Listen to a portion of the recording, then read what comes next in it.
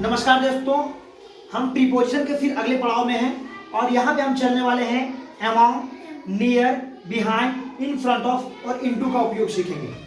पिछले अध्याय में हमने ऑन, इन, अंडर, अबव और बिटवीन के बारे में सीखा। तो चलिए फटाफट वीडियो को चालू करते हैं। अमॉन्ग का मतलब भी होता है बीच में। अमॉन्ग का मतलब क्या होता है? बीच में।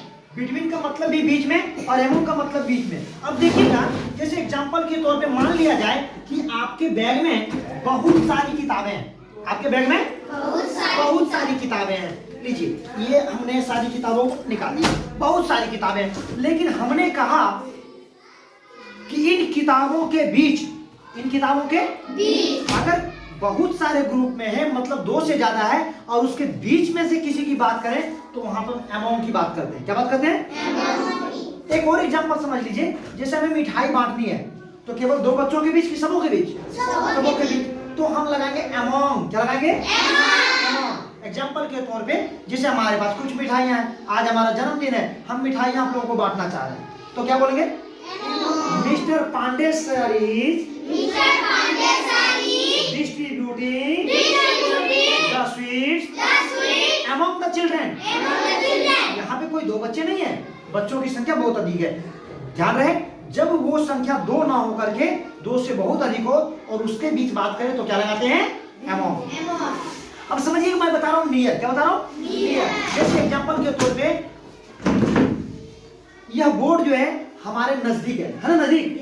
तो नियर का मतलब होता है बाबू नजदीक। क्या होता है? नजदीक। तो बोलेंगे दिस बोर्ड इज, है ना? This board is near me. मैं कह सकता हूँ कि यह बोर्ड जो है मेरे नजदीक है। ठीक है। बिहाइंड का मतलब पीछे। बिहाइंड का मतलब पीछे। तो हमारे पीछे क्या है? दीवार, है ना? तो बोलेंगे हम there is a wall behind me. मेरे पीछे क्या है? दीवार है। नियर का मतलब आपके नजदीक और बिहाइंड का मतलब पीछे। बिहाइंड का मतलब पीछे। इन फ्रंट ऑफ का मतलब होता है बाबू के सामने। क्या होता है? के सामने। जैसे एग्जांपल के तौर पे जो है, ये टेबल है हमारे सामने है कि नहीं? ये टेबल हमारे सामने है, तो बोलेंगे the table is in front of me. क्योंकि ये मेरे सामने है, क्योंकि मेरे सामने है। और बिहाइंड होता है कब? जब पीछे की बात करते हैं। तो क्लियर है? इन फ्रंट और बिहाइंड क्लियर है? चलिए आगे मैं बात करता हूँ इनटू। क्या बात करूँ? इनटू का मतलब भी होता है में। किसके लिए?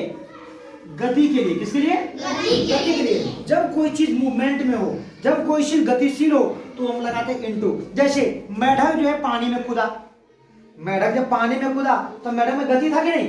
कैसे मारा? चूम। कैसे मारा? है ना? वो कूद जाता है ना, तो उसमें गति है। क्योंकि वो गति के साथ वो पानी में कूदा, इसलिए लगाएंगे इनटू द वाटर। क्या लगाएंगे? Into the water. The frog jumps into the water. Clear है? क्यों? क्योंकि वो पानी में जो कूदा तो उसमें गति था। तो जब कोई चीज गति के साथ किसी के अंदर जाता हो तो हम लगाते हैं इनटू। क्या लगाते हैं? इनटू। आप लोगों को समझ आ गया? बहुत बहुत धन्यवाद। उम्मीद है ये वीडियो आपको बहुत बेहतर मजा आएगा और आप बार बार इसे देखेंगे, अपने आप को रिकॉल करेंगे और प्रीपोजिशन में आपकी गलती नहीं होगी। बहुत बहुत धन्यवाद। Thank you.